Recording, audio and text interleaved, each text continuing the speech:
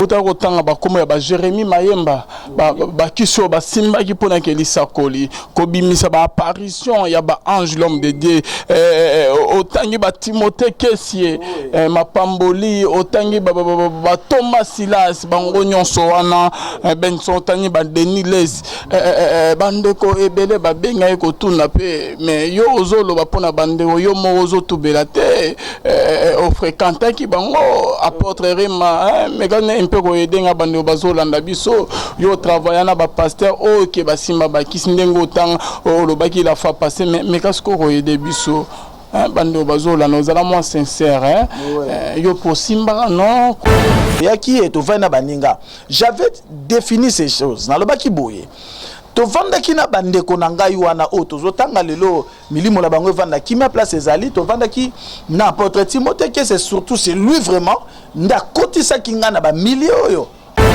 tant ba bengi ba génération montante to zaki na ba prophète Denis Lesnelo ba Timothée que c'est ba Silas to zo mona ba prophète Paul ba Emmanuel Lumbu ba yako ya na sima ona. Alors ba génération est influencée ba jeune belé mais génération wana to ba génération montante ndeza génération pourrie. Génération qui na vague moko na prophète Jérémie Denis Lessi qui apparaître dans la télévision. Tant que prophète Jérémie Denis Lessi aye ko apparaître dans la télévision na batia piège a betaka sa kolezaka oh moi so na sale baje ase ba fanti moi so la lobby de na kosu sala ba beka prophète te au monde que courant wana ba jeune ba comme équipe ko lukaka o kende ba bi sakolelanga papa sakolelanga et vous à l'Europe non to benga papa sakolelanga. Vous êtes en Amérique, vous appelez Jacques Sakolelanga. Est-ce que Dieu est obligé, lorsque tu appelles un homme de Dieu, on le prophétise pour moi, qu'est-ce qui ne tient pas dans ma vie, bah moi, Yébissio? Allez, Simba Télévision, Guatre les Olima, tout ça. Vous ne savez pas, partenaire intermédiaire, ni derrière ma parole là-bas. Parce que la Bible dit que Dieu est derrière la parole de ses serviteurs pour l'accomplir. Mais batouana ba pratique ba sala auto moni na tango suka eza ba pratique o ezaki nzo ba chef coutumier batou ba likota ki ba kise belé ba manger belé ba kende ba suka ba zu ba kise belé na ba West Afrique ba ke ba kende ko seba ba kisa ba Nigeria tango ba pratique wana ba sali to comprends que ba zako travailler ba zena ba partenaire intermédiaire donc lorsque ba Simba TV ange moko négatif démon moko zo apparaître pas Simba yo soko kodeni na zo bima po yo Simba yo. Mais tala bato bongo ata sa liyo maladie wana esonga osomone on tolobi que génération nezaki alors ange azo paraître na église na imka bato belé na prophète Jérémie a invoqué bango Jérémie Mayemba pour na ba pesa message te qu'est-ce qu'il récupérer na ba vie à bato ba étoile yo somone azo sambela maya toki moto dans les vides comme ça, comme on dit en français. Et toki dans les vides et abanda ko asperger lango bato. Alors, ba fille bato ba sambela kuna bazwa nini?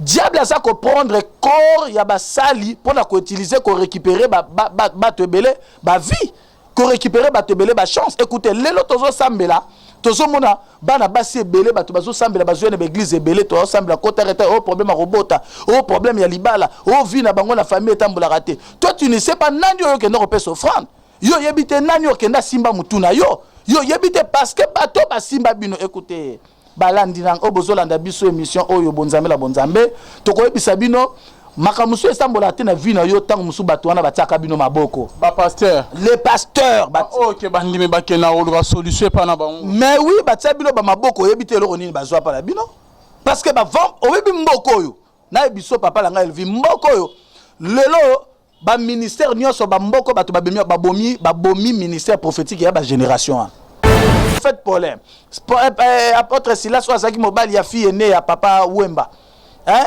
ndongo ozomona papa Wemba embelaki abwakelaka ambwakela banzembo ba yete plutôt azo embele banzembo ya elongi ya Jésus bakozwa bakosala bato mabe parce que le prophète apôtre Silas a comme attend outi ba poto sala tant yaki na végétarien mais quand tu n'es pas comme ça na ndenge ya ye ya qui ont fait ambition quoi fréquenter les musiciens ko sala ba pratique ezaki mala muteti ake ko bimana ba fi oya ke ko zo ba maladie ba sida.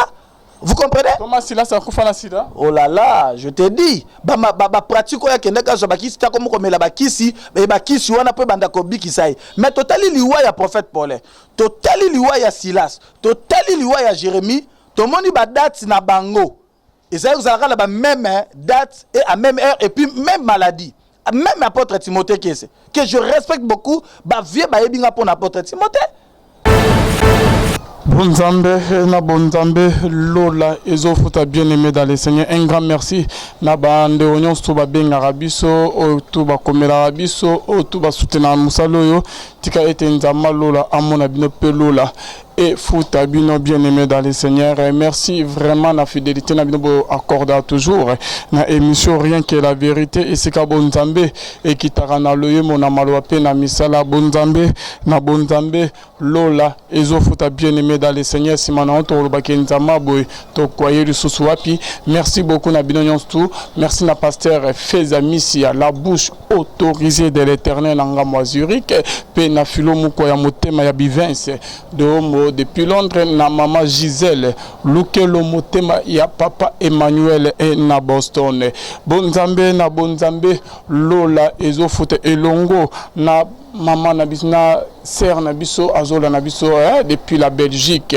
Tantine Tomba Lumière, joyeux anniversaire Tantine Tomba Lumière nzama Lola amonayo botama elamu Tantine Tomba et Lumière, donc nzama Lola mono depuis Belgique et ce cas aux ali Tantine moko bien maman moko bien nzama Lola amonao Tantine Tomba Lumière depuis la Belgique botama et l'amour joyeux anniversaire et ce cas aux ali Tantine Tomba Lumière bonzambe na bonzambe Lola ezofuta lolo bonzambe Izo kitana loye moteme na maloba fidèle téléspectateur et na apôtre Rema oyo alobela ki ba makambo ya ba pasteur o ba kufa ba sima ba kisi en tout cas le zongeli biso du susu pona mpe kokundo la mususu to koyebisa biso ba makambo to yokaki la fois passée te azawana à qui je m'en vais dire shalom l'homme de Dieu. Oui, shalom, shalom, l'homme de Bonzambe, Bonzambe Zofuta, shalom à tout le monde qui nous suit de partout, na mokili, na bien émission yo, les émissions moko bato bazolandango de partout, tu as beaucoup d'audience, hein, émission yo, parce que tu m'appelles les belés, en tout cas, Nzamba Pambola Bango de partout. En tout cas, l'homme de Dieu bando bazolano, ça va? Oui, ça va bien, ça va bien. Pourquoi tu es prison?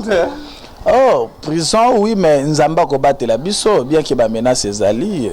Nzamba ko bate la biso. Na yoka ke ba lukisa na la police, bazo lukisa na bande ba en fa ko ta prison et comme singande ni obenginga yo ya susu lelo za tetie. Oui, bon, tango yozolo ba bonzambe la bonzambe et bakundaka yango te. Croyant aux ko bundisa moto, mais qui habite en nous, déclare la Bible, est plus grand que celui qui habite ce monde. Donc si je vis, c'est pas moi qui vis, mais c'est Christ qui vit en moi. Lorsque tu me combats, tu veux me faire étouffer, tu veux barricader mon chemin, l'Éternel lui-même aura le pouvoir de faire percer la personne en qui Oyaza habité Nakatine, qui est ma personne de l'apôtre Rema, et l'homme parce que Zaka Kabakou d'appel. Mais il faut te battre Kima parce que même Jésus-Christ est un botami, même Jésus-Christ lui-même aux hommes là-bas, ordre yaki ba Kima qui en Égypte, hein, Bibezolo ba Kima en Égypte, il faut que na sika moro ya mulili Égypte to bombana, de to zo bombana yango to ko ebisa batu oyo bazali ko soutenir batu wana pe bazala bango na poto par-ci par là l'Amérique, bazako benga ko sa intimidation et puis ba leader nyonso ba yebi na mboka oyo ba menace bazo sala na ebité elle vit yango moni même tango zo ya susu moto tozo banga kotala mais Nzambe kaka tokoloba loba papa pour la vérité ba pierre pe ba kota prison pourquoi pas yo makale ezela yo mais ezela to ata to sali 10 à 5 ans tokobima toujours parce que ba etufaka la vérité te. Vous savez la Bible dit le ténèbres ne régneront pas toujours. Donc les ténèbres est régné et couvra qui biso ba vision auto kokomona lobby na biso te to kokomona le présent aussi na biso te que toko sala nini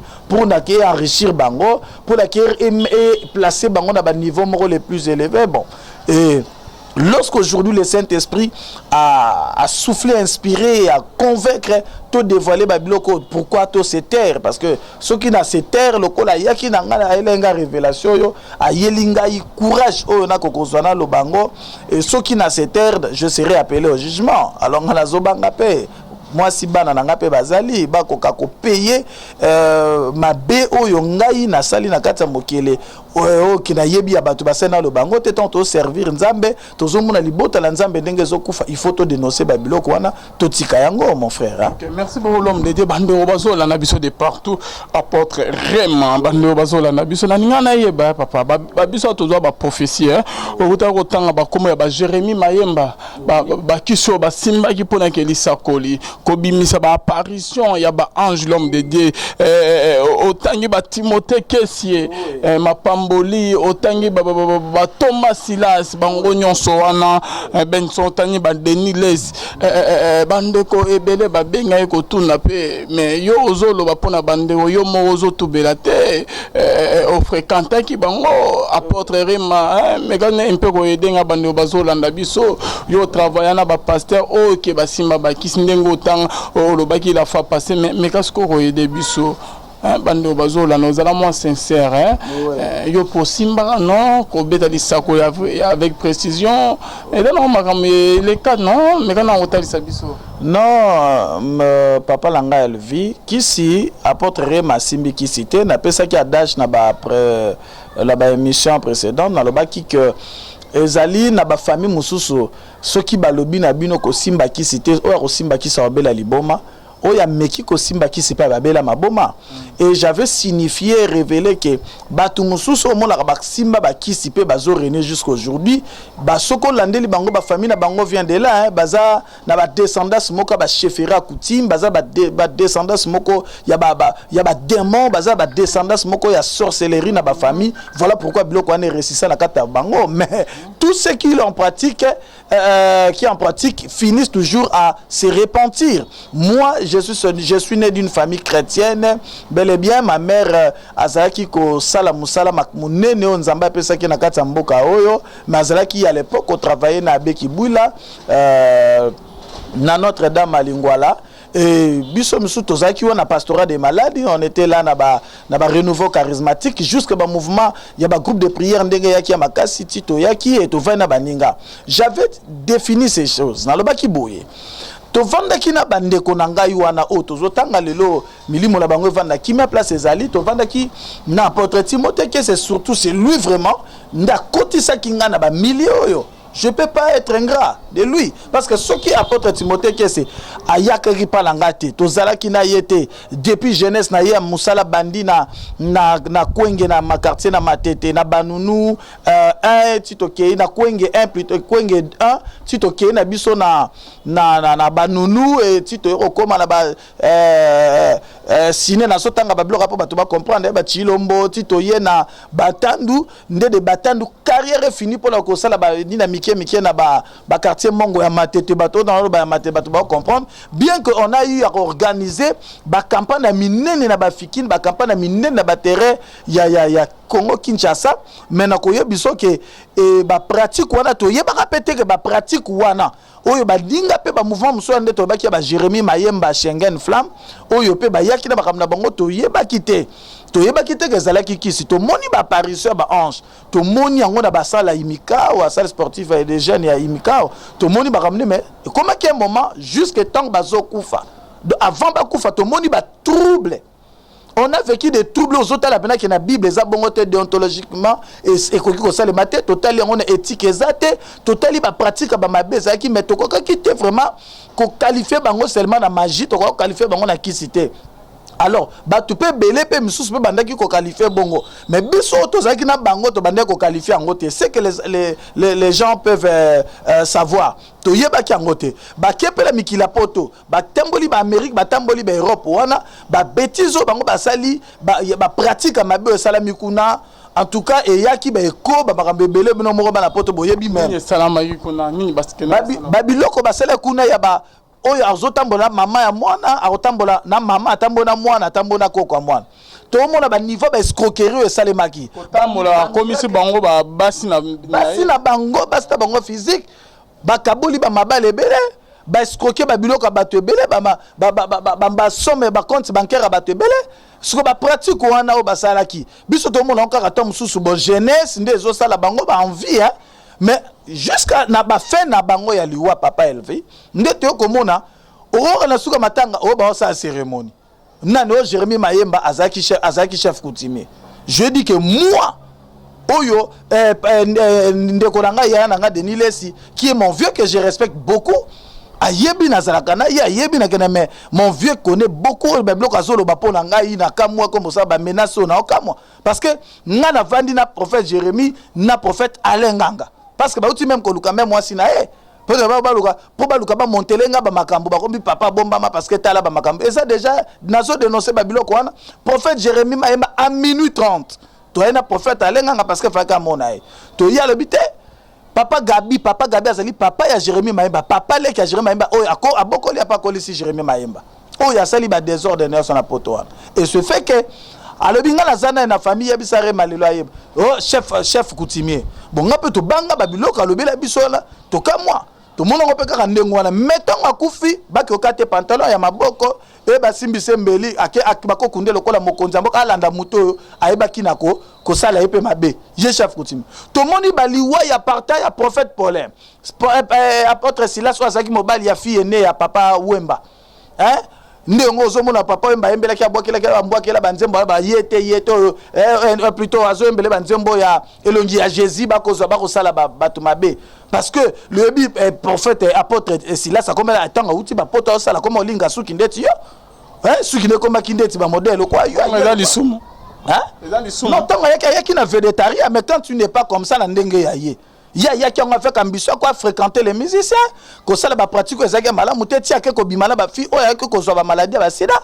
Vous comprenez? Thomas Silas akufa na sida. Oh là là, je te dis, ba pratique oya kende ka zo ba kisi ta comme komela ba kisi, ba kisi wana pe banda ko bikisai. Mais totali liwa ya prophète Paulin, totali liwa ya Silas, totali liwa ya Jérémie, to moni ba date na bango. Et ça vous allez la même date et à même heure et puis même maladie. Même apôtre Timothée que je respecte beaucoup, ba vieux ba ebinga pour apôtre Timothée. To tambol to sel ni to sel na bangote, mais sauf que to lobi que rema simba ki cité to ko découvrir na suka to bazolo ba o azaki boy, o asimba ki si bo sala boy, azaki boy na famille na bango to comprendre kati ya évangile ya Christ. Na évangile à notre Seigneur Jésus-Christ, chef coutumier à quoi renete parce que chef coutumier ça ba voix ne to comprendre que ba voix ba lobi la bato. Et ça là nango ya ba pouvoir moko coutumier ya sorcellerie à coutume. Ne te comprendre babiloko wana alors pourquoi to loba yango te? Ndoto yoko loba la bato yango. L'homme de Dieu na bandeko ba pasteur mususu o bango ba mona ke apparition ya ba ange dans na normal yoko loba nini parce que olobi ke prophète Jérémie Mayemba o ya dalaki chef coutumier abana ipo sala na ba imika na bazo. Et puis na roya biso ebi ke ba ange wana po ba bima ba bomai ba mwinda nyos. Bato bazala bobenga botu na bokendo kotala me ba image na RTMV na ba chaîne à papa biso continue ozo ba image ba image bokende la avenue Njili numéro 30 place papa Lazaro ozo ba image donc pour le ba bino ke ba apparition na ba bomaki ba minda ba ange ba bima ba ange mwindo ba mai kotoka écoutez ange na tango oyo ako apparaître pas ya mutu boete to benga ngo na terme théologie ba benga ngo la théophanie ange peut apparaître na vision na yo sous forme ya elongia mutu yo yebi comme un pasteur dirigeant na au spirituel de encadrer na yo na évangile okoko l'auteur le belo malam mais lorsqu'il apparaît négativement ba ange ba paraîtra ka ba lobaka le rote ba tamboli kaka ba tamboli kola bato nzambe papa elvi ba tamboli ka ba likola bato ba kei ba limwe ba disparaître le quoi milinga pour la kolobate. Or lorsque un ange apparaît c'est pour donner un message. Lorsque on a l'île de Patmos apôtre Paul a fandi azobondela amoni apparition ange alinga se prosterner le bite ko se prosterner te abandi ko lobale tala makambo koma makambo nazo yebisa yo pour ça makambo ko ya na suite du temps apparaître Ézéchiel de même. Alors ange azo paraître na église na Imka bato belé na prophète Jérémie a invoqué bango Jérémie Mayemba pour na ba pesa message te. Qu'est-ce qu'il récupérer na ba vie à bato ba étoile yo somo nazo sambela maye toki moto dans les vides comme ça comme on dit en français et toki dans les vides et abanda ko asperger lango bato. Alors ba vie à bato ba sambela kuna bazwa nini ba mona nini tozui écoutez la Bible dit l'ange de lumière l'ange du ténèbre se déguise aussi à l'ange de lumière. diable a ça ko prendre corps ya ba sali pour la ko utiliser ko récupérer ba te belé ba vie, ko récupérer ba te belé ba chance. Écoutez, lelo tozo sambela tozo mona bana basi belé ba to bazo sambela bazo na église belé to sambela ko tareta au problème à robota, au problème ya libala, au vie na bango na famille tambola raté. Toi tu ne sais pas nani yo kenda repès offrande. Yo yebite nani yo kenda simba mutuna yo. Yo yebite parce que bato ba simba bino. Écoutez, balandi nang obozolanda biso émission oyo bonzambe la bonzambe to ko yebisa bino makamuso esambola te na vie na yo tango musu bato wana batiaka bino maboko ba pasteur les pasteurs OK bandimi bakena oluka solution pa na bango. Mais oui batia bino ba maboko yebite eloko nini bazwa pa na bino parce que ba vent oyebi mboko oyo na biso papa la nga elvi mboko oyo lelo ba ministère nyonso ba mboko bato babomi ministère prophétique ya ba génération yo kanisi mutu lokola évangéliste Sonika Futa sakola te. Yo kanisi mutu lokola papa la biso mutombo. O nazo regretter pe la ba pratique comme nango lelo ya mabe ba pratique moko magique. Yo kasi papa aza sakola pete. Yo kanisi papa continue pas sakola te ba parole de connaissance mate papa Izamina Kibile marate Albert Kakenze marate. Mais génération ne qui na vague moko na prophète Jérémie Denis Leslie qui apparaître dans la télévision. Tant que le prophète Jérémie Denis Leslie aye ko apparaître là ba télévision na ba tie piège abeta ka sakolezaka oh moi so na sale baje ase ba fanti moi so la lobi de na kosu sala ba beka prophète te au moins que courant wana ba jeune ba comme équipe ko lukaka o kende ba bi sakolelanga papa sakolelanga et vous à l'Europe non to benga papa sakolelanga. Vous êtes en Amérique, vous appelez Jacques Sakolelanga. Est-ce que Dieu est obligé lorsque tu appelles un homme de Dieu, on le prophétise pour moi, qu'est-ce qui ne tient pas dans ma vie, moi yebisio. Te donner un passage biblique à Mamatanga Botala Bonding et Salemaki. Il commence à déclarer par rapport à l'écriture, on a vu ils allaient influencer positivement. Mais yo zoya ba sakole ba comme le balo ba makamboko kono boy o la tika le soir rouge boy o mutalia ki o tata moi stomo o na mboka ba non yango ba biloko na eboma donc mouvement on a pas benga génération montante batu ba benga rango génération montante na baki papa nanga que je respecte beaucoup papa Sonika Futa papa Koutino ba papa Kakenza parce qu'il venait chez nous chez Timothée Kesse. Tant ba bengi ba génération montante tozaki na ba prophète Denis Leslie ba Timothée Kesse ba Silas tozo mona ba prophète Paulin ba Emmanuel Lumbu ba yako ya na Simaona. Alors ba génération est influencée ba jeune belé mais génération on auto ba génération montante ndeza génération pourrie. C'est ça que je dis. Non, génération OK série ba masako les orignes Chama ina TV, Sima TV. Génération pourrie. Lisako avec précision. Génération pourrie. Est-ce que ce mona papa Sonika Futa samba bisimba ta TV. Yo so mona évangéliste Kizamina que je respecte beaucoup mon papa là. Que aloba au Simba télévision. Mutako Simba télévision na foi na ye. Ananya ba bango simsa ba télévision ba masakoli mais kana osu ko rappeler biso mémoire. Mais prophète Denis le simbisa ki batu ba télévision. Jérémie Maïmba simbisi batu ba télévision. Apôtre Timothée que simbisi batu ba télévision. Vous comprenez? Ba radio tama likolo. Écoutez, Bible zoloba tango apôtre Paul azotambola batu bango moko ba milobi lokola batu ba foule leki ba ya ba otieka ba bilamba ba mouchoir na nzoto ne ba kotia ba beli ba obika. La femme de perte de sang, elle-même se disait, comme elle avait attendu parler de Jésus, elle s'est dit, ma maladie demeure toujours. Pendant 12 ans, aujourd'hui nous sommes au 12e année. Ma maladie ne quitte jamais mon corps. Alors comme on m'a parlé de cet homme, qui est un homme de miracle, il guérit toutes sortes de maladies. Le jour où moi je verrai cet homme, qu'est-ce que on a c'était moi je viendrai mais je toucherai le bord de son vêtement. Donc cette femme là s'est dit en elle-même mais ngai apôtre maintenant bander bozolandanga à la Simba télévision goitre les olima tout ça. Vous ne savez pas ba partenaire intermédiaire ni bazo sala là derrière ba parole là bango parce que la Bible dit que Dieu est derrière la parole de ses serviteurs pour l'accomplir. Mais batouana ba pratique ba sala auto moni na tango asuka et ça ba pratique o ezaki nzo le ba chef coutumier batu ba likota ki ba kise belé ba magie belé ba kende ba suka ba zu ba kise belé na ba West Afrique ba kende ko se ba kisa ba Nigeria tango ba pratique wana ba sali to comprendre que ba zako travailler ba zena ba partenaire intermédiaire donc lorsque ba Simba TV ange moko négatif démon moko zo apparaître pour Simba yo soko kodeni nazo bima pour Simba yo.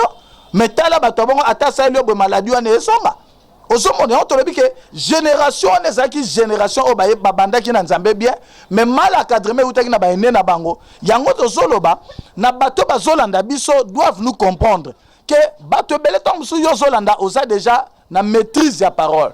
Tant que nous sommes biso et si nous sommes délivrance. Tant que nous sommes biso aussi déjà non non mon appelle makambuana te. Mais ngana zoye bisaba ignorant. Ba leka ya batu wana ba yebi passer baza la personne ba jeune ba influencer qui lelo ba tiki tiki. Ba tiki biso mokile. Yango tolobi ke bato ba leka la batu wana il faut ba comprendre. Batu pe beleti na ba poto ba ya. Ozomona ba pratique ozo sale ma bato sa ba moto ba lata ba sultan. Basa ba pratique mabe na basé belé ba oyela bilo ba sacerdoce à Israël. To ba zolo ba oh sacerdoce à Israël. Bato somona ba parler là-bas l'art du maître ainsi de suite. Sacerdoce à Israël n'existe pas. D'ailleurs, Dieu dans ces derniers temps n'est plus là-bas. Il est venu chez les siens, dans Jean 1.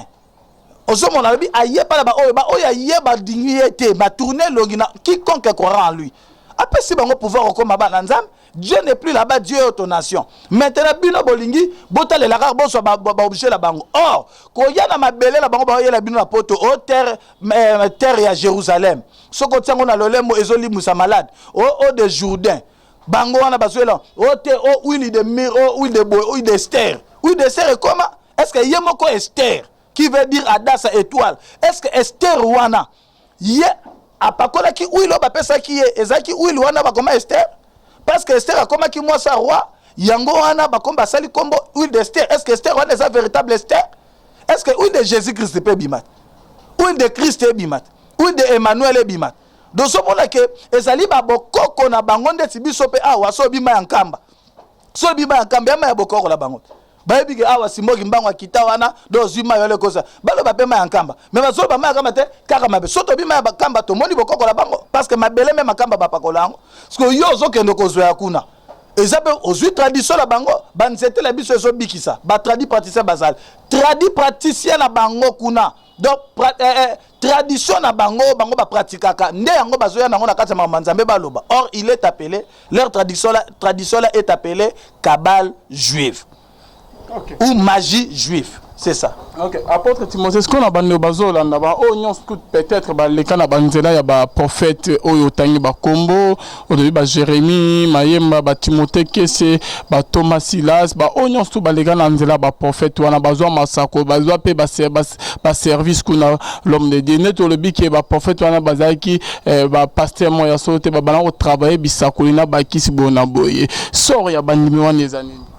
Sora bandimi wana baza envoûté. Batala ba vina bango na ba téléphone na biso ebele tozo ba appel ebele ya ba tozo ba appel ebele ka bango ba tala bango ba problème a robota.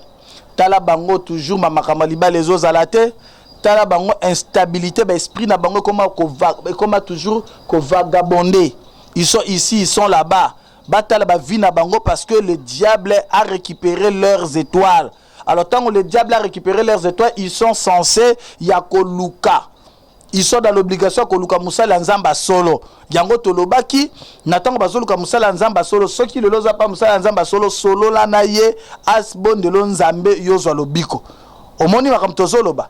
Alors, batuwana ondenge babebisa mokili yango tozoloba ke batuwana ndenge babebisa mokili génération awana Kinshasa eza pourri. Bazoye la bino na poto na ba pratique à sorte ya mabe ba mai makabebele ya mafuta ya mabe ba longola bino ba bilamba ba pratique ba wendre bino ba sexe. Or la Bible dit tu ne découvriras pas la nudité de la femme d'autrui.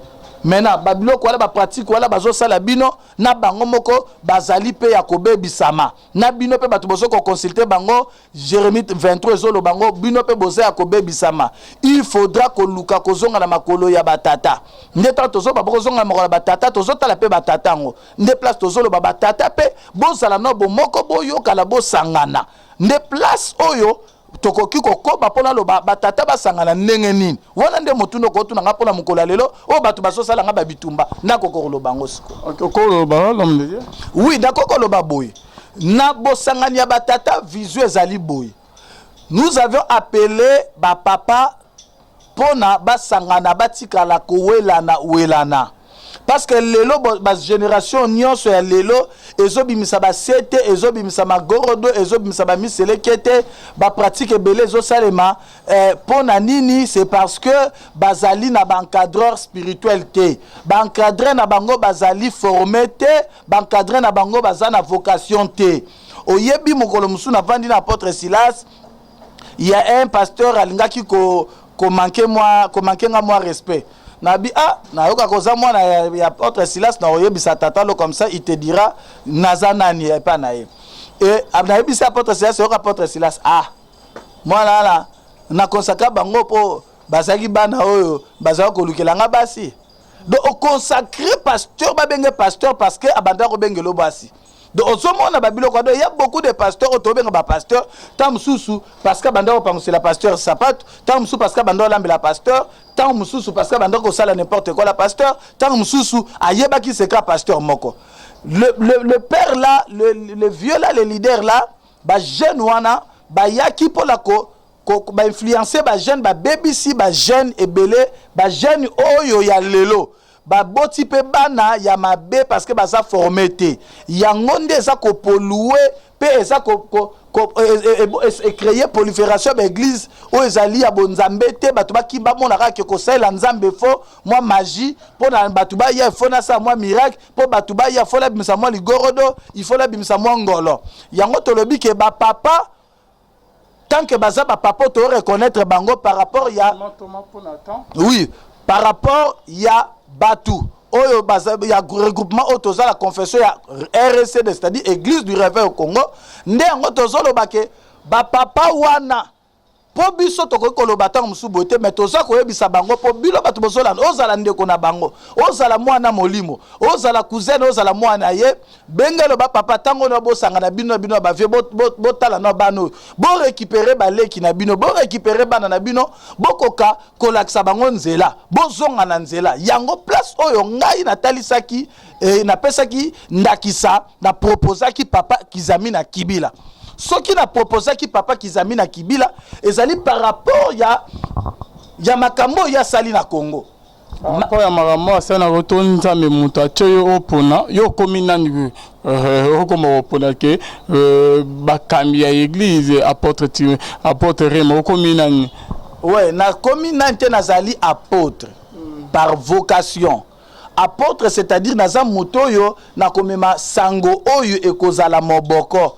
Pour être basusu pe baya kotonga bango sala ndako édifice o ezali nzamba ko va na kat qui est le corps mystique de Jésus-Christ. Pourquoi soit ya Kizami na Kibila? Soit ya évangéliste Kizami na Kibila na lobaki yango par rapport ya makambo ya sali na mboka na pesa kindakisa. Na lobi na ba papa na biso nyonso. Ezala o bazali liboso ya évangéliste Kizamina. Ezala o bazali nzela moko. Ezala o bazali sima. Na lobi ke oyo évangéliste Kibila asali na mboko oyo ba action minene oyo asali pe nyonso eresisa ezala na libanda ya mboka il mérite parce que musala nyonso asala moko te oyo ebebisa efingisa kombo ya Nzambe oyebi na kokoloba noso eloko mopona zonga awa y a un pasteur na pesi mbote na yebi kombo la yote ozala France otindelaki na ba message awa na ba message mo ba message mo ka vidéo ebele na ba audio c'est vrai makambo zoloba mais na oyebi so zali pasteur et loko lenga biso tango tindelinga image na yebi penser no penzate kasi na koloba no kaka boyi oyo esale makala bino na poto ba pasteur soi-disant les pasteurs qui viennent là-bas ezali ba pratique africaine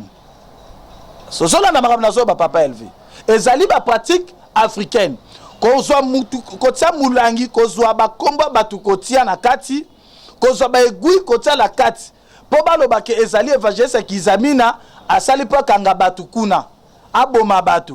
Je vous dis ceci na mboka o nyonso esale makana mikina bino poto esalaka influencé par ici na poto influencaka Afrique tope Kinshasa na elorote mais oye utara awa nde influencera kuna eza la musique profane eza la ba film profane eza ba message profane et utara awe kende kuna yo zomona bazoloba batiaki ba kombo. Moi je dis awa non na mboko église évangéliste Kizamina il a au moins plus de 40 églises na kati ya mboko ya ville ya Kinshasa 40 églises oyo yazana na mboka oyo jamais tomona o bakunda mulangi o basala bona kati ya église moko ya yo paroisse moko ya ye mais na libanda yepetango azate bake kobuka balobi o milangi esalemaki nakoloba boye muto ya longwaki ayaki kuna ezalaki ba montage tout à fait pour la construire personnalité na ye bakosuye personnalité ne po na nini parce que bitumba na ye o basala ki ye et outaki à partir d'ici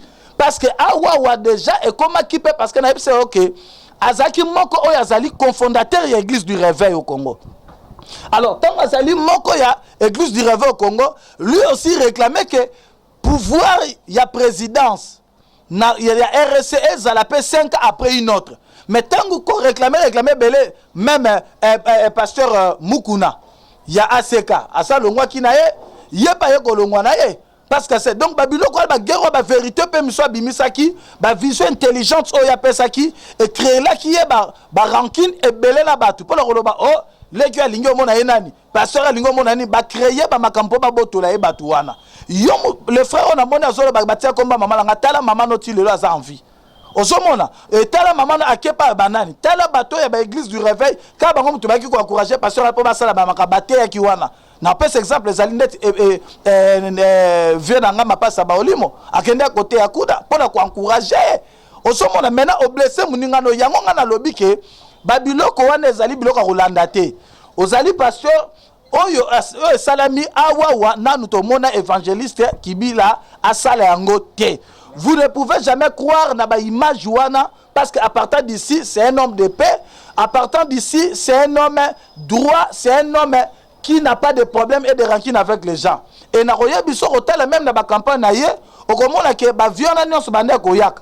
Bazo yak quand même CPC au le cas 2015, tous les vieux papa Kelani, tout le monde papa Sonic Afuta, ils étaient là. Même Oyazo proposé, c'est ce que moi je dis, ngai pe na ndimi yango parce que molimo nzambe ndimi singa, toko ko soutenir évangéliste Kizamina, tos tombola ye, tos ala simana pona to ye bape ko kamba le reste. Et ce qui est pas boy na ye, toko proposer pe bango katsa bango ba vieux misusu pe ba ponama, mais à condition que ba zonga na nzela. Merci donc batani libanda ya nzela. Bazali libanda nzapo ba bebisaki baleki. Babebi saki baleki. Ok, merci beaucoup apôtre Réma, merci na bande union sto bazola ambito. Je vous rappelle que awa tozali na Flat Hotel Piccadilly oyo ezali na matonge bien aimé ceux qui vraiment aux na poso lexa séjour na kitoko makasi awa na kin Flat Hotel eza semoko Piccadilly na Lokolamba croisement Lokolamba couloir au komika wana tuni Piccadilly et yebani vraiment ogozala vraiment bien makasi na ba condition ya bien bonzambe na bonzambe lola ezofuta simana to bakenzama bo to kwayo lisusu wapi bye.